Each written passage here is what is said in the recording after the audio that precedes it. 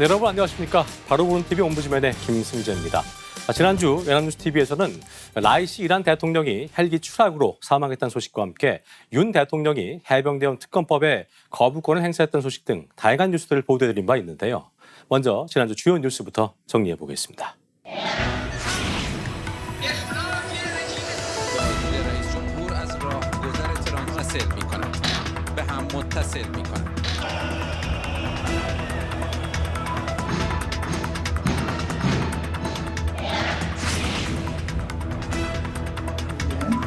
안전의 문제를 해결하기 위해 실제 유공자 흥가시 법권을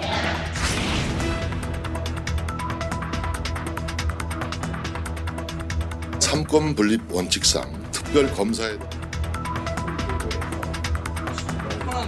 사과한다고 하면서도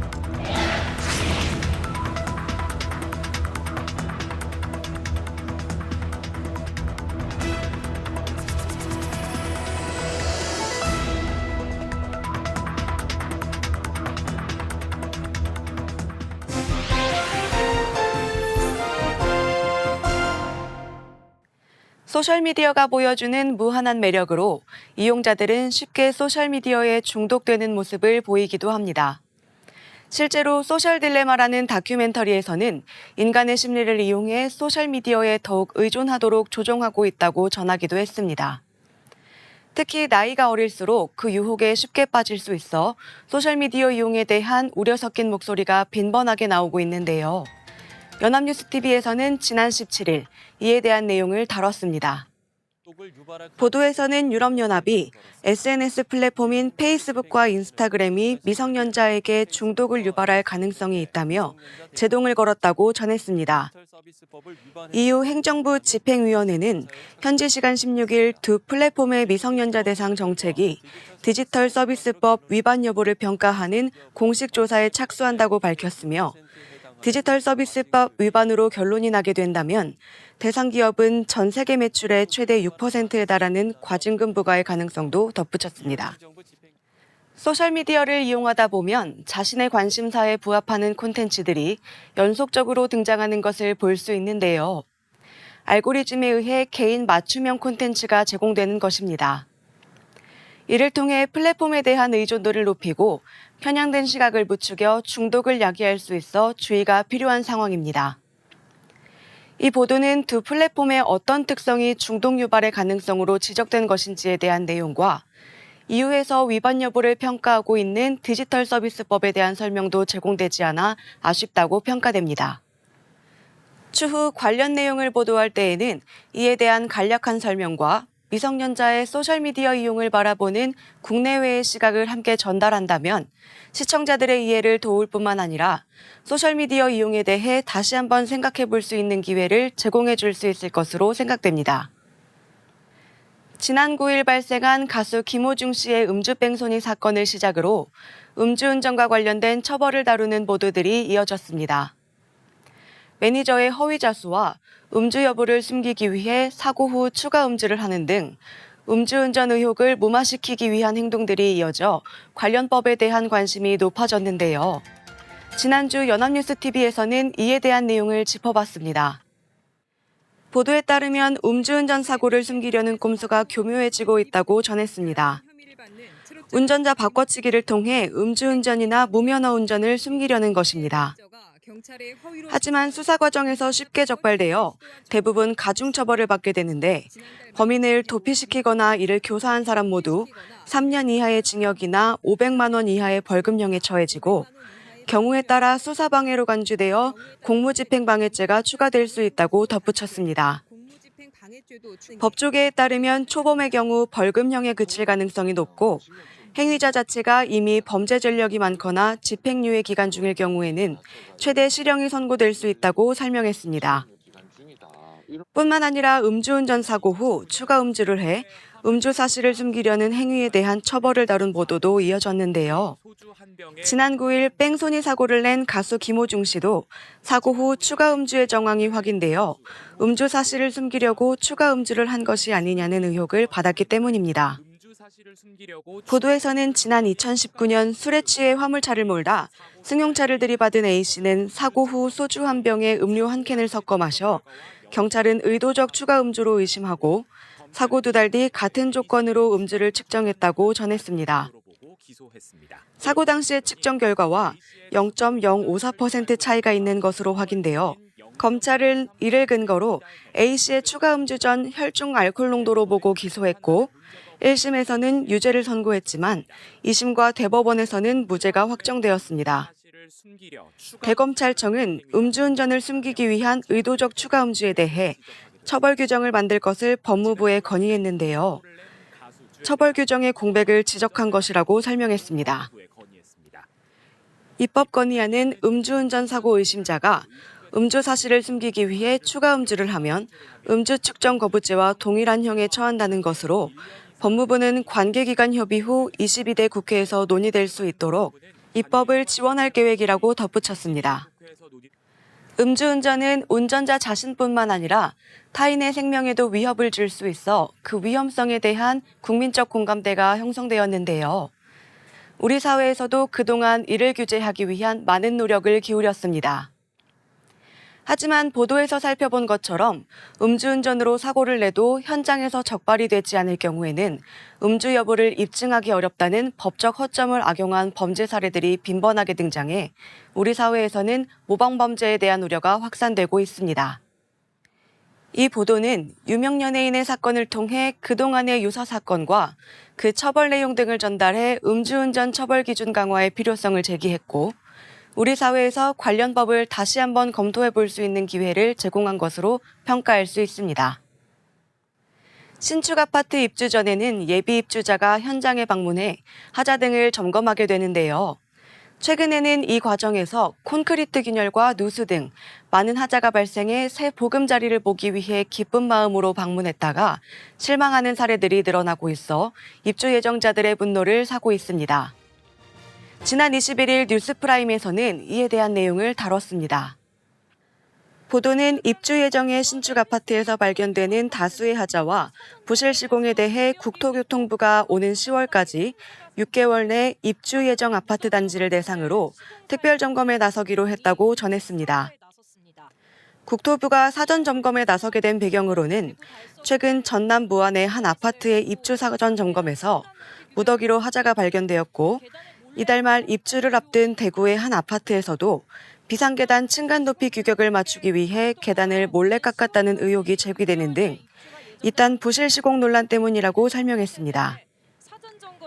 경미한 하자에 대해 시공사에 통보해 입주 전까지 조치하고 관계법령에 따른 품질 안전관리 의무 위반의 경우에는 벌점과 영업정지 등 행정처분을 내린다는 방침 및 사전 방문 제도를 강화할 것이라는 국토부의 설명을 덧붙였습니다. 한편 이에 대해 전문가들은 건설업계의 문화를 지적했는데요. 사후 대처보다는 건설업계에 만연한 최저가 입찰 및 비용 절감, 공사기간 단축 문화의 개선이 선행돼야 한다고 전했습니다. 신축 아파트 품질 관련 논란은 어제 오늘의 일이 아닌데요.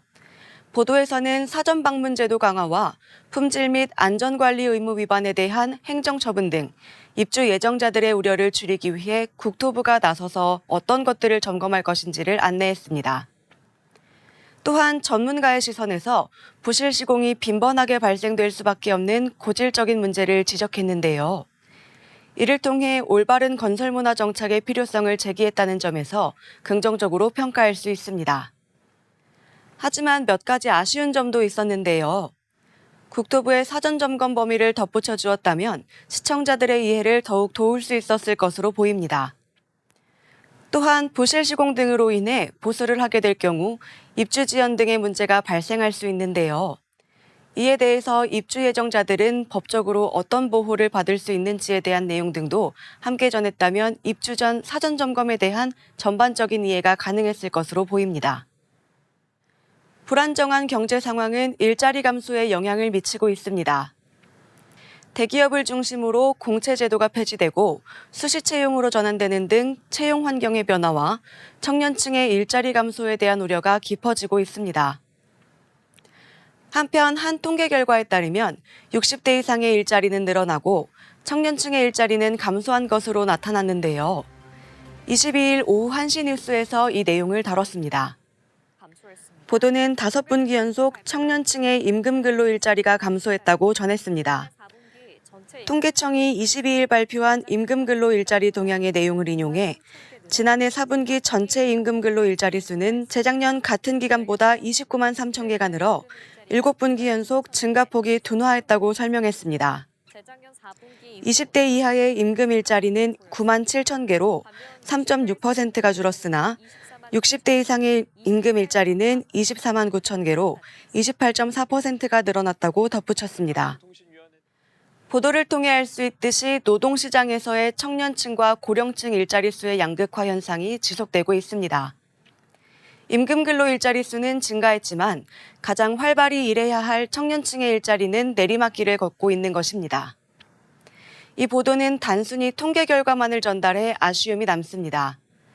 결과에 대한 분석적 내용을 통해 그 원인을 파악할 수 있는데 수치만을 강조한 것으로 보입니다. 그동안 고령층 일자리의 증가에 대한 보도는 정규직보다는 임시직 증가세가 두드러진다는 내용이 전해졌는데요. 추후 관련 보도를 할 때에는 결과에 대한 분석과 함께 일자리 정책상의 한계 등을 짚어보면 더 나은 보도가 될 것으로 생각됩니다.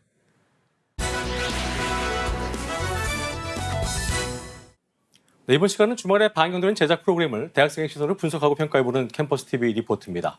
이번 주에는 이화여대 정경훈 학생과 함께하겠습니다. 어서 오십시오. 안녕하세요. 네, 자, 경훈 학생 지난주에 어떤 프로그램 모니터링했습니까?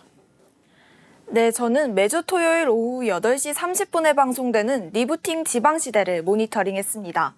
지난 18일에 방송된 리부팅 지방시대에서는 삼성의 도시 3세권에 대해 다루었는데요. 역에서 가까운 역세권, 숲에서 가까운 숲세권, 학군이 좋은 학세권이라는 말이 있지만 이제 인기 지역은 삼성 사업장이 인접한 도시인 3세권이라고 합니다. 3세권이 점점 남쪽으로 내려가면서 지방도 활력을 되찾고 있다는데요. 그럼 자세한 모니터링 내용 지금부터 전해드리겠습니다.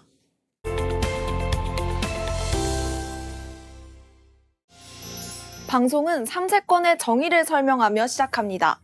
전통적으로 부동산 최고 입지 중 하나는 역세권입니다. 지하철이 근처에 있으면 살기 좋다고 붙여진 이름인데요. 숲이 가까운 숲세권, 학교가 가까운 학세권도 등장했습니다. 요즘 젊은 층은 스타벅스나 맥도날드가 가까운 곳을 선호한다고 해서 스세권, 맥세권이라는 말도 나왔습니다. 3세권은 대기업 삼성의 주요 사업장이 인접한 주요 도시를 말한다는데요. 이 3세권 도시들의 최근 기세는 아주 대단하다고 합니다. 삼성전자는 수원과 평택, 화성과 기흥, 그리고 온양에 사업장이 몰려있다고 합니다. 여기에 삼성 디스플레이까지 합치면 아산과 천안까지 모두 한강 이남에 위치하는데요. 삼성은 우리나라 전체 GDP의 25%를 차지하고 있습니다. 약 2,500조인 우리나라 시가총액에서 삼성전자가 약 600조에서 700조를 차지하고 있다고 합니다. 특히 충청남도 대표 도시 천안과 아산은 삼성 디스플레이 때문에 젊은 층이 몰려든다는데요. 이제는 수도권 최남단이 아산이란 말이 나올 정도라고 합니다. 방송은 이어 충청남도 아산시 탕정면을 찾았습니다. 삼성 디스플레이와 삼성전자 등이 이곳에 약 56조 원 정도의 투자를 진행할 예정이고 삼성 디스플레이 직원을 포함해 약 8만 명 정도가 거주하게 될 입지인데요. 이처럼 삼성전자의 공장이 지방으로 내려가고 있다고 합니다. 삼성의 주력 사업장들은 경기도 수원을 시작으로 계속해서 남쪽으로 내려가고 있는데요. 이는 엄청난 부지와 공업용수가 필요한 반도체 산업의 특수성 때문이라고 합니다.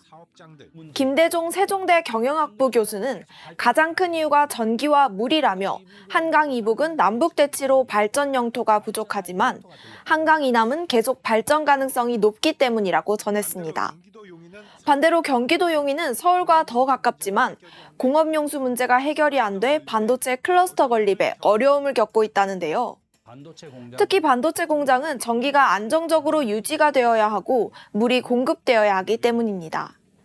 이 때문에 용인 반도체 클러스터를 완성하기 위해서는 용수 문제와 전기 문제의 해결이 시급하다고 합니다.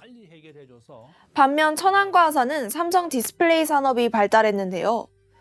컴퓨터나 스마트폰뿐 아니라 향후에는 자동차 시장까지 무한정으로 확장되다 보니 이들 도시의 먹거리가 늘 것이라고 합니다. 천안은 디스플레이의 도시지만 자동차와 연관된 것이 많다는데요. 자동차가 자율주행으로 넘어가게 되면서 차량용 디스플레이 개발도 활성화되기 때문이라고 합니다. 좋은 기업이 들어오면 지역에 활기가 도는 것은 당연한데요.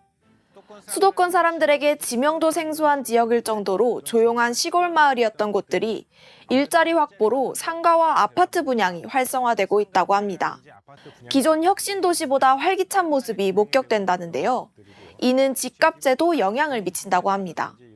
삼성전자 반도체는 메모리 반도체 시장에서만 주도권을 쥐고 있다고 합니다.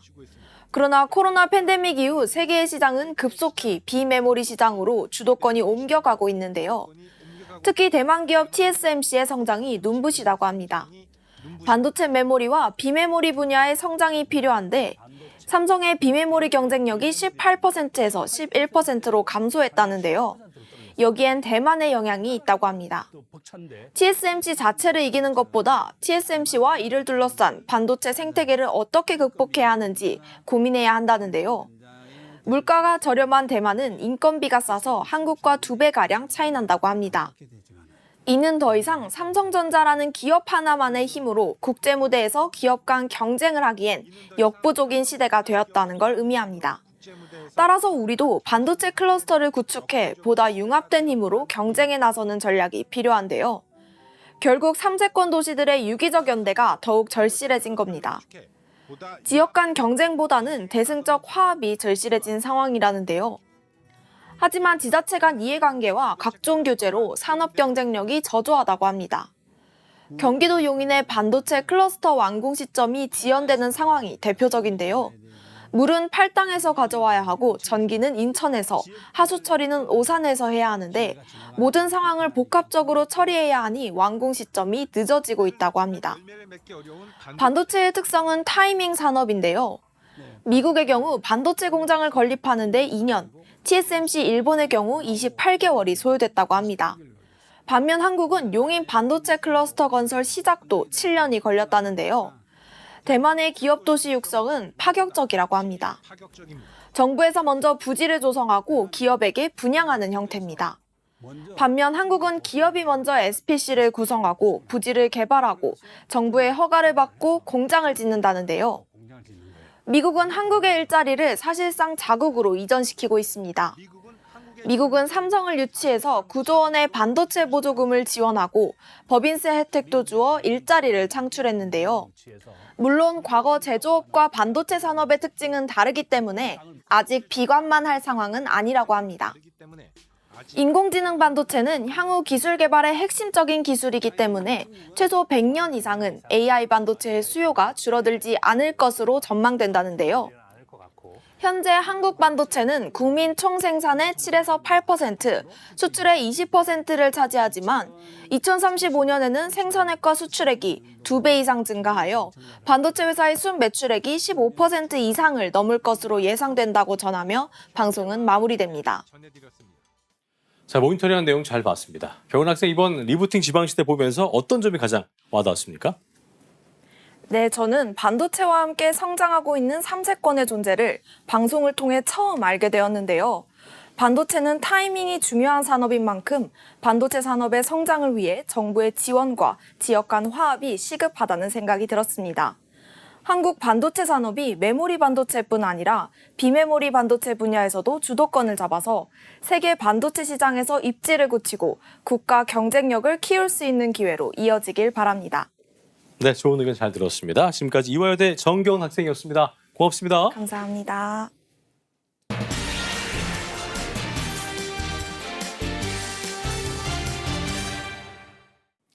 현대인에게 모바일 메신저는 없어서는 안 될 대화의 도구입니다.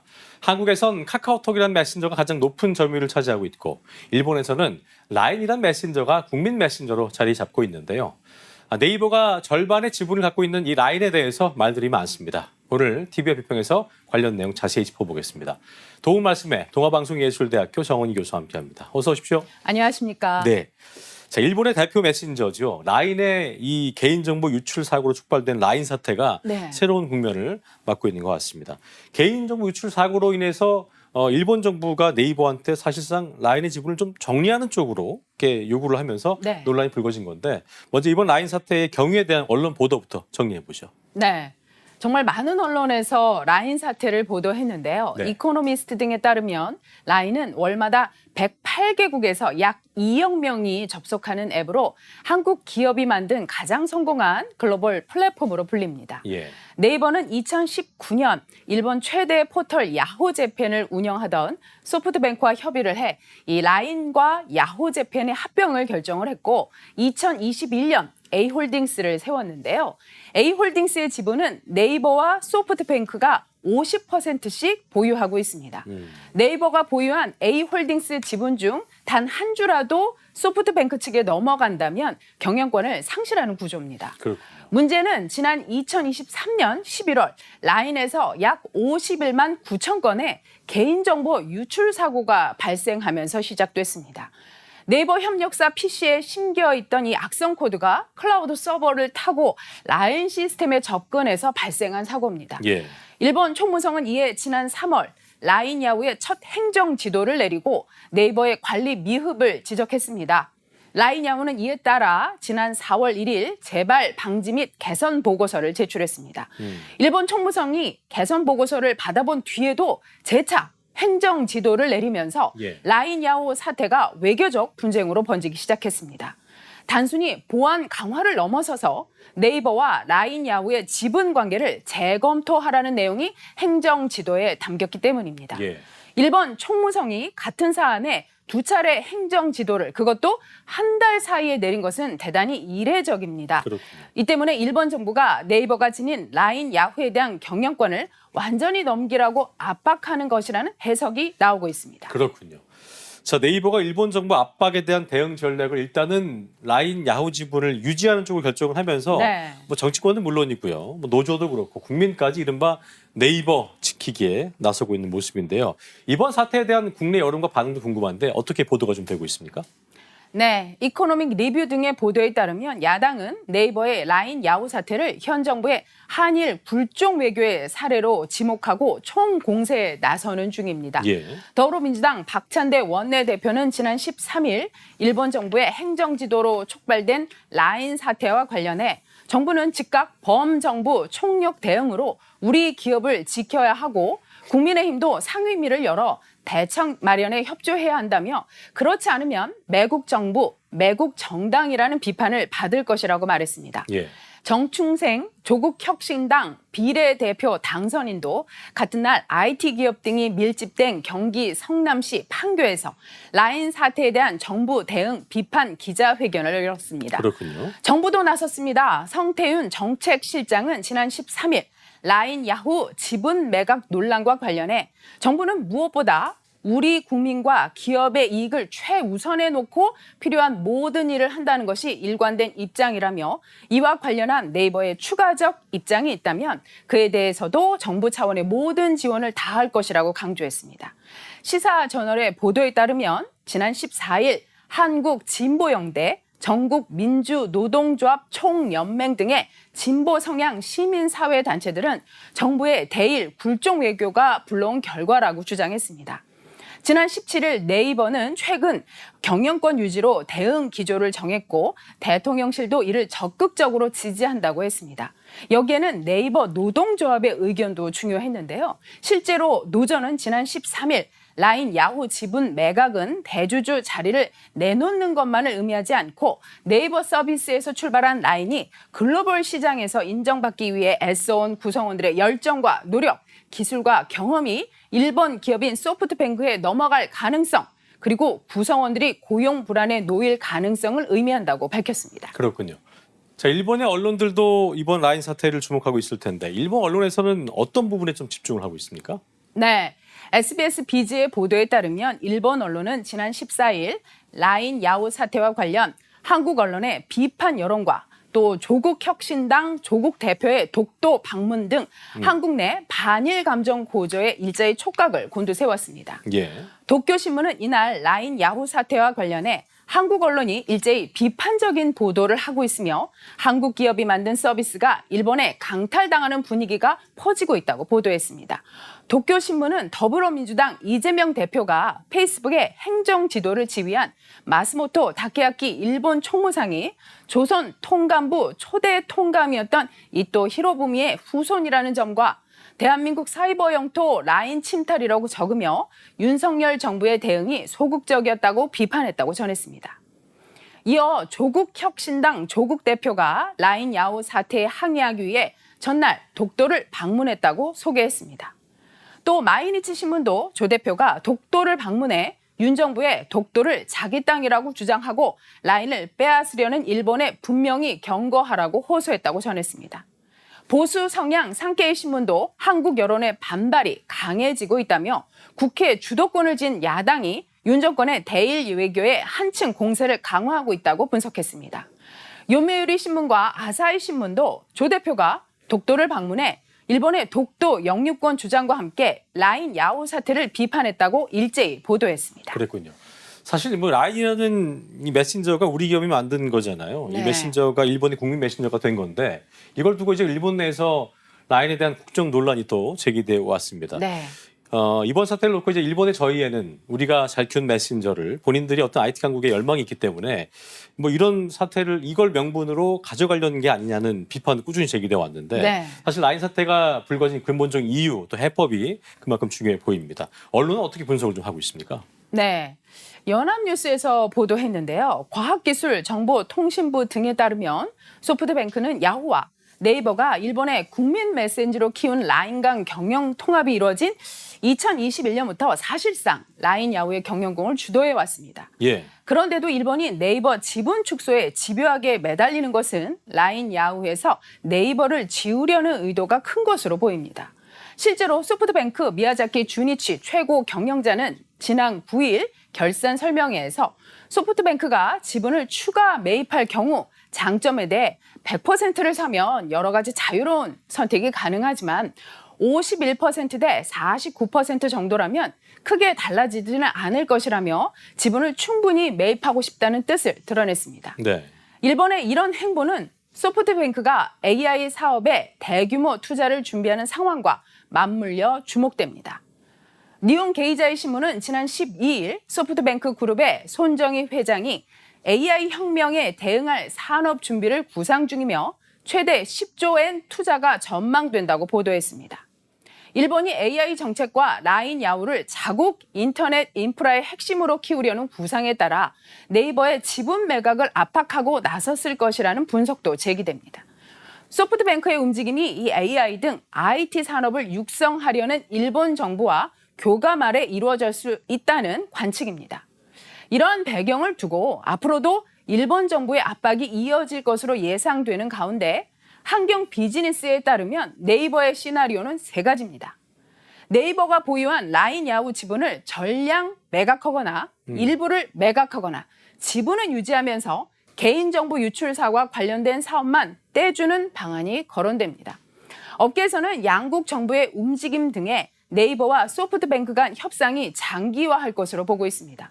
네이버는 앞서 지분 문제와 관련해서 중장기적인 사업 전략에 기반해 결정한다는 기조 아래 지분 매각을 포함해 모든 가능성을 열고 소프트뱅크와 협의 중이라는 입장을 밝힌 바 있습니다. 예. 네이버의 경우 웹툰 등 해외 사업과 관련해 상당수의 계열사가 라인 쪽 지분 관계로 묶여 있는 상황입니다. 투자에 연이어 실패한 소프트뱅크 역시 적절한 가격에 지분을 사는 것에 주력할 것으로 여겨지고 있습니다. 그렇군요.